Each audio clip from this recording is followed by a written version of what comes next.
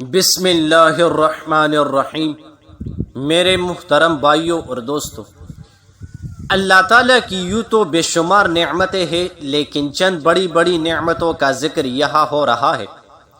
کہ وہ آسمان سے بقدر حاجت و ضرورت بارش برساتا ہے، نہ تو بہت زیادہ کہ زمین خراب ہو جائے اور پیداوار سڑگل ہو جائے، اور نہ بہت کم کہ پھل اناج وغیرہ پیدا ہی نہ ہو،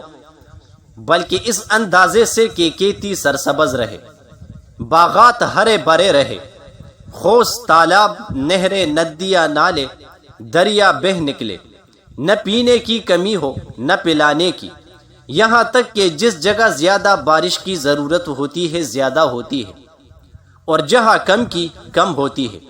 اور جہاں کی زمین اس قابل ہی نہیں ہوتی وہاں پانی نہیں برستا، لیکن ندیوں اور نالوں کے ذریعہ وہاں قدرت برساتی پانی پہنچا کر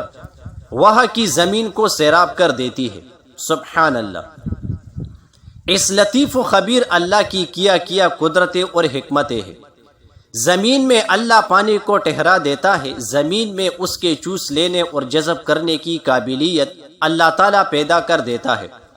تاکہ دانوں کو اور گٹلیوں کو اندر ہی اندر وہ پانی پہنچا دے۔ پھر فرمایا ہے کہ ہم اس کے لیے جانب اور دور کر دینے پر یعنی نہ برسانے پر بھی قادر ہے، اگر چاہے شور سنگلاخ زمین پر اور پہاڑوں اور بیکار بنوں میں برسا دے، اگر چاہے پانی کو کڑوا کر دے، نہ پینے کے قابل رہے نہ پلانے کے، نہ کھیت اور باغات کے مطلب کا رہے، نہ نہانے دھونے کے مقصد کا، اگر چاہے تو زمین میں وہ قوت ہی نہ رکھے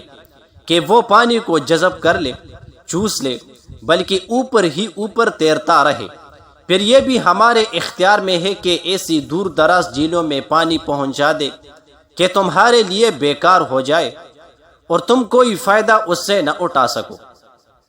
یہ اللہ کا خاص فضل و کرم اور اللہ کا خاص کرم ہے کہ وہ بادلوں سے میٹھا عمدہ ہلکا اور خوش ذائقہ پانی برساتا ہے، پھر اسے زمین میں پہنچاتا ہے اور ادھر ادھر ریل پیل کر دیتا ہے،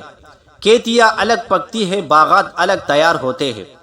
خود پیتے ہو اور اپنے جانوروں کو پلاتے ہو، نہاتے دھوتے ہو، پاکیزگی اور ستھرائی حاصل کرتے ہو۔ الحمدللہ،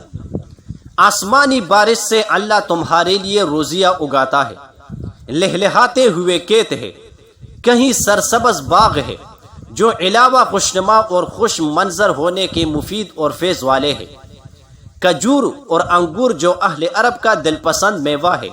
اور اسی طرح ہر ملک والوں کے لیے الگ الگ طرح طرح کے میوے اس نے پیدا کر دیے ہیں، جن کی پوری شکر گزاری بھی کسی کے بس کی نہیں۔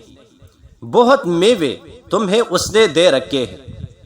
جن کی خوبصورتی بھی تم دیکھتے ہو اور خوش ذائقہ سے بھی کھا کر فائدہ اٹھاتے ہو۔ پھر چوپائیوں کا ذکر ہو رہا ہے اور ان سے جو فائدہ انسان اٹھا رہے ہیں، ان نعمتوں کا اظہار ہو رہا ہے کہ ان کا دودھ پیتے ہیں، ان کا گوشت کھاتے ہیں، ان کی بالوں اور ان سے لباس وغیرہ بناتے ہیں، ان پر سوار ہوتے ہیں، ان پر اپنا سامان اسباب لاتے ہیں اور دور دراز تک پہنچتے ہیں کہ اگر یہ نہ ہوتے تو وہاں تک پہنچنے میں جان آدھی رہ جاتی۔ بے شک اللہ تعالیٰ اپنے بندوں پر مہربانی اور رحمت والا ہے، جیسے فرمان ہے کہ کیا وہ نہیں دیکھتے کہ خود ہم نے انہیں چوپائیوں کا مالک بنا رکھا ہے کہ یہ ان کے گوشت کھائیے، ان پر سواریاں لے اور طرح طرح کے نفع حاصل کرے، کیا اب بھی ان پر ہماری شکر گزاری واجب نہیں؟ یہ خشکی کی سواریاں ہے، پھر تری کی سواریاں، کشتی جہاز وغیرہ الگ ہے۔ اے میرے بندو، تم نے نہ میری قدر کی اور نہ کر رہے ہو۔ میں نے تمہارے لیے آسمان اور زمین بنائے، سورج کو تمہارا باورچی بنایا، چاند کو تمہارا حلوائی بنایا، چاند کی کرنوں سے پلوں میں مٹاس پیدا کی، زمین کو حکم دیا کہ میرے بندوں کے لیے نکالتی رہے، اپنے پانی کو بھی، اپنے خزانوں کو بھی، اپنے دفینوں کو بھی، ہوا کو حکم دیا کہ ٹھنڈی ہو کے بھی چل، گرم ہو کے بھی چل، آہستہ بھی چل اور تیز بھی چل، درختوں کو حکم دیا کہ پل نکالو، پرندوں کو حکم دیا کہ ان کی ضروریات کی سامان مہیا کرو، گائے بھینسوں کو حکم دیا کہ ان کو دودھ پلاؤ، گھوڑے خچر کو حکم دیا کہ ان کے سامان اٹھا کے چلو۔ تم گائے کو سبز گھاس کھلاتے ہو، اندر خون بنتا ہے سرخ، گوبر بنتا ہے پیلا، گوبر بھی ناپاک اور خون بھی ناپاک، پیلی اور سرخ رنگ کی گندگی کے درمیان دودھ کا کارخانہ اللہ ہی لگاتا ہے۔ ساری جہاں کو ہماری خدمت پر لگا دیا، ہم سے کہہ دیا کہ میری بھی مان لینا، کچھ دنیا میں جا کر مجھے مت بھول جانا۔ جزاک اللہ۔